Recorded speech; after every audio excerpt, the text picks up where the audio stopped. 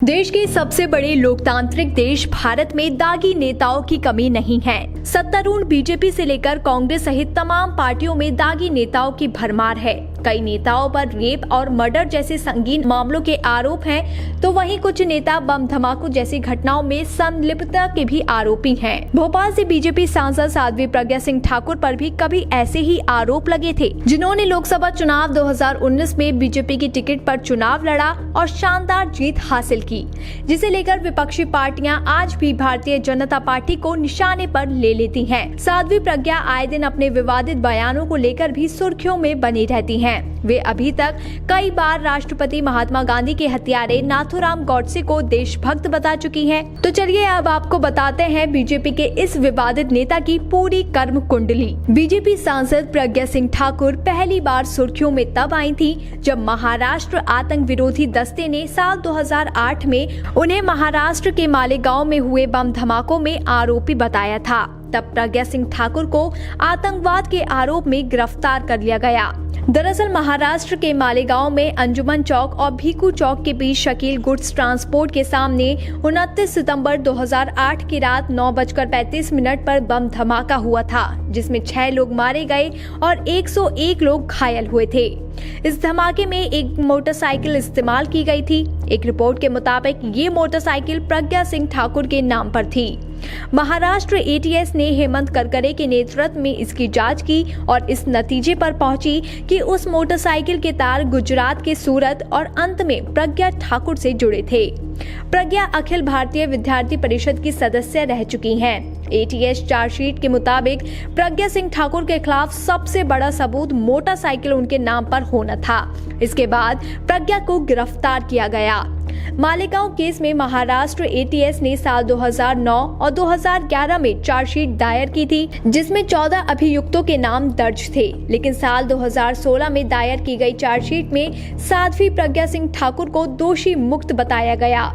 Chargesheet में कहा गया कि जिस मोटरसाइकिल का जिक्र चार्जशीट में था वो प्रज्ञा के नाम पर जरूर थी, लेकिन मालेगांव धमाके के 2 साल पहले से उसे कोई और इस्तेमाल कर रहा था। उस चार्जशीट के बाद साध्वी प्रज्ञा को जमानत मिल गई, लेकिन एनआईए की स्पेशल कोर्ट ने उन्हें दोष मुक्त नहीं माना।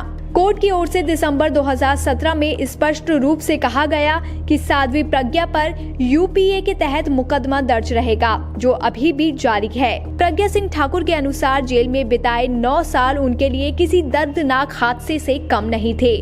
आज भी मीडिया के बीच अपनी गिरफ्तारी के बाद पुलिस और प्रशासन के द्वारा की गई बर्बरता का जिक्र करते हुए साध्वी प्रज्ञा भावुक हो जाती हैं। 9 साल तक जेल में रहने के बाद अभी भी साध्वी प्रज्ञा पर आतंकवाद का मुकदमा चलता आ रहा है। आपको बता दें कि एक लंबा अरसा जेल में बिताने के बाद भी प्रज्ञा सिंह ठाकुर को मालेगांव मुकदमे से कोर्ट की ओर से कोई क्लीन चिट नहीं मिली है।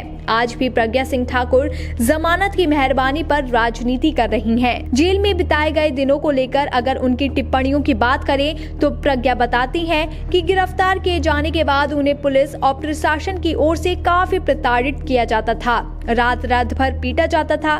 कई दिन सिर्फ पानी के सहारे काटने पड़े थे। प्रज्ञा सिंह ने खुद बताया है कि पुलिस उन्हें मारने के लिए तरह तरह की साजिश करती थी। पुलिस तब तक उन्हें पट्टे से पीटती थी जब तक शरीर से खून ना निकलने लगे, और इसके बाद उनके घावों पर नमक छिड़क दिया जाता था। एक तरह से कहा जाता था कि 3rd डिग्री टॉर्चर का पूरा इस्तेमाल किया जाता था।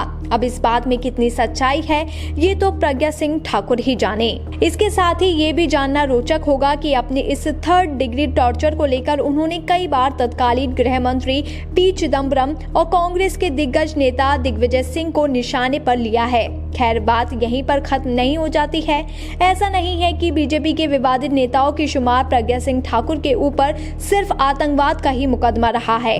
आपको जानकर हैरानी होगी कि प्रज्ञा सिंह ठाकुर के नाम ऐसे कई और विवादित मुकदमे दर्ज हैं। दरअसल मालेगांव कांड के अलावा साध्वी प्रज्ञा सिंह ठाकुर पर समझौता एक्सप्रेस विस्फोट मामले के अभियुक्त सुशील जोशी की हत्या का भी आरोप लगा था। इस मामले में फरवरी 2011 में प्रज्ञा की गिरफ्तारी हुई थी। हालांकि 2017 में मध्य प्रदेश के देवास कोर्ट ने प्रज्ञा को सुनील जोशी हत्याकांड से बरी कर दिया था। इसके अलावा अजमेर दरगाह ब्लास्ट मामले में भी प्रज्ञा सिंह ठाकुर का नाम आया था। ये अलग बात है कि अप्रैल 2017 में NIA ने प्रज्ञा ठाकुर के खिलाफ राजस्थान के स्पेशल कोर्ट में क्लोजर रिपोर्ट दाखिल कर दी। तमाम मुकदमों और आरोपों के बाद आज प्रज्ञा सिंह ठाकुर को कुछ मामलों में शायद कोर्ट की ओर से क्लीन चिट तो मिल गई है, लेकिन नाम पर लगा अपराध और कांड का धब्बा आज भी कायम है। आज भी विपक्षी पार्टियों के लिए प्रज्ञा सिंह ठाकुर कोई साध्वी नहीं बल्कि आतंकवाद और हत्याकांड की आरोपी ही हैं। BBPN की रिपोर्ट। ताज़ा खबरों के लिए बने रहिए BBPN नेटवर्क के साथ, क्योंकि यहाँ आपको खबरें मिलेंगी नए भारत की। हमारे साथ बने रहने के लिए हमारे चैनल को सब्सक्राइब करें और शेयर करना बिल्कुल ना भूलें।